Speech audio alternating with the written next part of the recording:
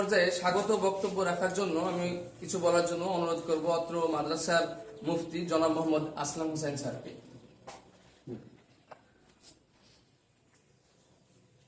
আসসালামু আলাইকুম ওয়া রাহমাতুল্লাহি ওয়া বারাকাতুহু।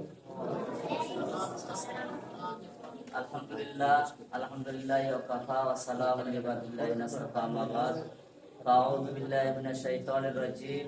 বিসমিল্লাহির রহমানির রহিম। ওয়াল আসর ইন্নাল ইনসানা লাফী খুসর ইল্লাল্লাযীনা আমানু ওয়া আমিলুস সালিহাত ওয়া তাওয়াসাউ বিল হাক্কি ওয়া তাওয়াসাউ বিস sabr। ওয়া ক্বালা রাসূলুল্লাহ সাল্লাল্লাহু আলাইহি ওয়াসাল্লাম আল কুরআন হুজ্জাতুন লাকা আও আলাইকা আও কামা ক্বালা আলাইহিস সালাতু ওয়াস সালাম। আমি বক্তব্যের শুরুতেই মঞ্চে উপস্থিত রয়েছেন বিশ্বস্ত স্বেচ্ছাসেবী এই সংগঠনের প্রতিষ্ঠাতা পরিচালক এবং সভাপতি সাহেব এবং আমাদের মেহমান অতিথিবৃন্দ, আমার সামনে উপবিষ্ট কচি কাঁচা তালবে ইলম ছাত্ররা এবং আমাদের সামনে উপবিষ্ট আছেন যুবক ভাইরা, আমার মাদ্রাসার ম্যানেজিং কমিটি এবং শিক্ষক মহোদয়রা, এই সবাই উপস্থিত হয়ে যে আমাদের এই অনুষ্ঠানটিকে সুন্দর এবং সৌন্দর্য রূপে একটি রূপ ধারণ করেছেন। আর আমার ইউসুফ ভাইকে উপর শুকরিয়া জ্ঞাপন করি, শ্রদ্ধা করি। এই জন্যই আমার ইউসুফ ভাই এই অনুষ্ঠানটির জন্য একটি এতিমখানায় একটা মহৎ একটি জায়গায় উনি যে এই অনুষ্ঠানের ব্যবস্থা করেছেন, এই জন্যই আল্লাহ পাক ওনাকে জাযা খায় দান করুন। সবাই বলে আমিন। আমি এই বিশ্বস্ত স্বেচ্ছাসেবী সংস্থার সাথে আমার ফেসবুকের সাথে অ্যাড রয়েছে।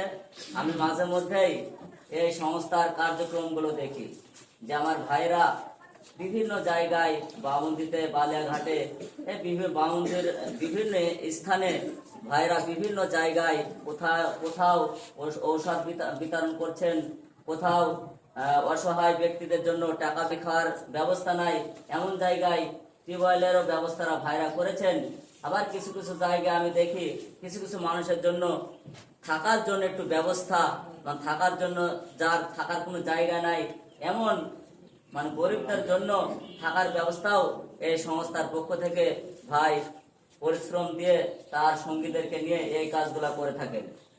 এই জন্য আমি বিশ্বস্ত বিশ্বাস, এই বিশ্বাসের উপর দিয়েই মানুষের বিশ্বাস আস্থা এই সংস্থার উপর আছে বলেই আমার প্রবাসী ভাইরা তাদের হাড় ভাঙা যে পরিশ্রম, তারা এই দেশ থেকে আরেক দেশে যে পরিশ্রম করে তাদের যে একটা অর্থের অংশ এই সংস্থায় তারা দিচ্ছেন, এর জাযা খায়ের, এর ফল তারা অবশ্যই কাল কিয়ামতের দিনে পাবেন ইনশাআল্লাহ।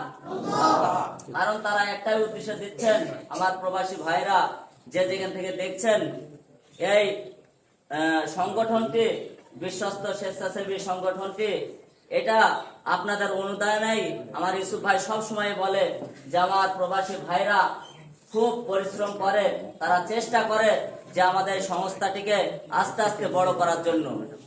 এই জন্য আমি দোয়া করব, আমার প্রতিষ্ঠানের পক্ষ থেকে দোয়া করব যে আমার প্রতিষ্ঠানেও ভাই মাঝে মাঝে ফোন করে যে আপনাদের কোনো সমস্যা আছে কিনা ভাই, আপনাদের কোনো প্রয়োজন আছে কিনা ভাই ম্যানেজ করার চেষ্টা করে ইনশাআল্লাহ।